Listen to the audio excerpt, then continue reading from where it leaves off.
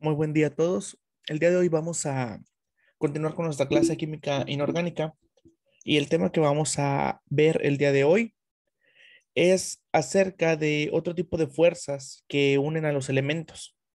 En este caso van a ser las fuerzas intermoleculares. A grandes rasgos, estas van a ser atracciones entre las moléculas y van a contribuir a determinar las propiedades físicas de los compuestos.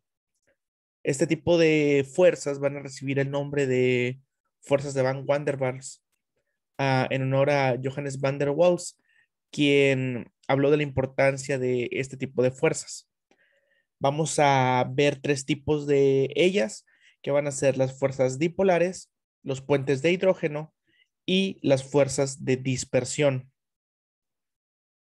En el contexto de las fuerzas dipolares, tenemos que, primero, tenemos que tener en claro que una molécula va a ser formada por un enlace covalente. Esto es principal en este tipo de fuerza.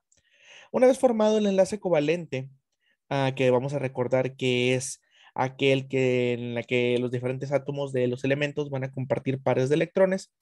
Un ejemplo de este tipo de enlace es una molécula de cloruro de hidrógeno, en el cual, la cual es una molécula polar.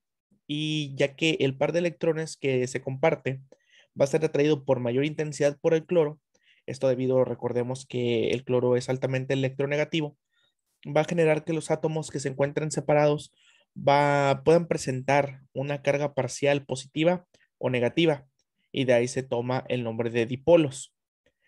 Y cuando existen este tipo de moléculas, se aproximan unas con otras de extremo a extremo y las atrae el extremo negativo y viceversa.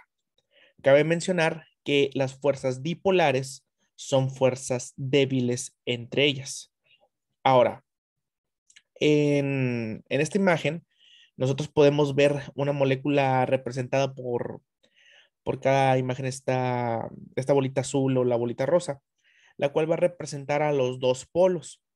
Debido a que los átomos que conforman a estos uno es más electronegativo que el otro, cada uno va a generar una carga parcial positiva o negativa dentro de toda la molécula. La unión mediante este tipo de fuerzas entre las moléculas es lo que vamos a llamar nosotros fuerzas dipolares, o también los podemos llamar como unión dipolo-dipolo.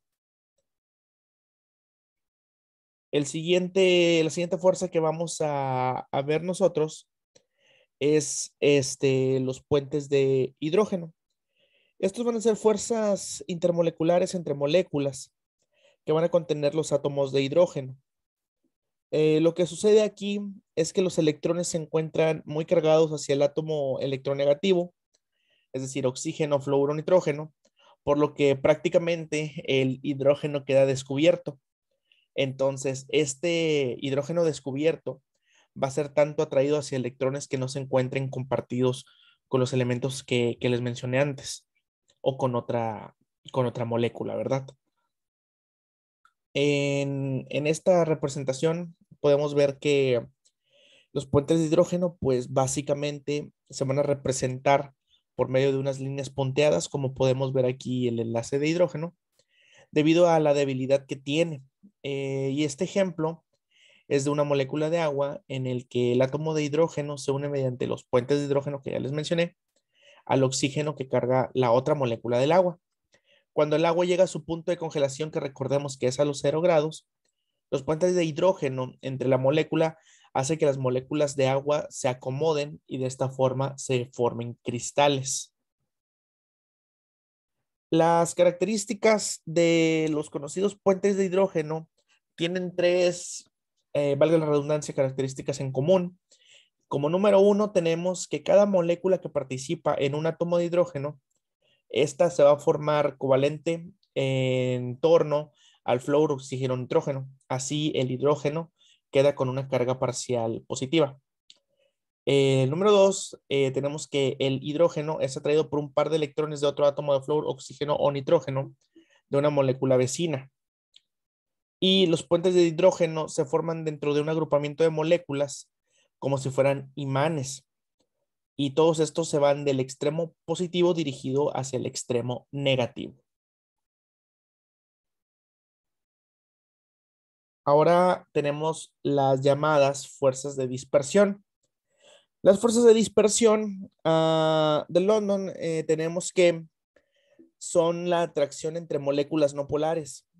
Por ejemplo, una molécula diatómica de yodo en la que los electrones compartidos se encuentran entre estos núcleos de dos átomos de yodo. Los electrones en algún momento pueden encontrarse en un extremo a otro de la molécula y así nos van a dar como resultado dipolos momentáneos. De esta forma, un dipolo momentáneo puede inducir a otro dipolo momentáneo en una molécula vecina para generar una fuerza de atracción entre las moléculas, lo cual nos va a dar como resultado tener una fuerza de dispersión. Aquí les pongo un ejemplo como las fuerzas de dispersión no están polarizadas, entonces se llaman unas a otras, logrando crear esta tercera fuerza. Esto es básicamente la parte de fuerza de dispersión. Lo vamos a tratar de ver un poquito más en la clase que tengamos en vivo. Y por favor, vean lo que es este video desde la tabla periódica hasta este video para lo que es nuestro próximo examen. Que estén bien. Muy buenas tardes.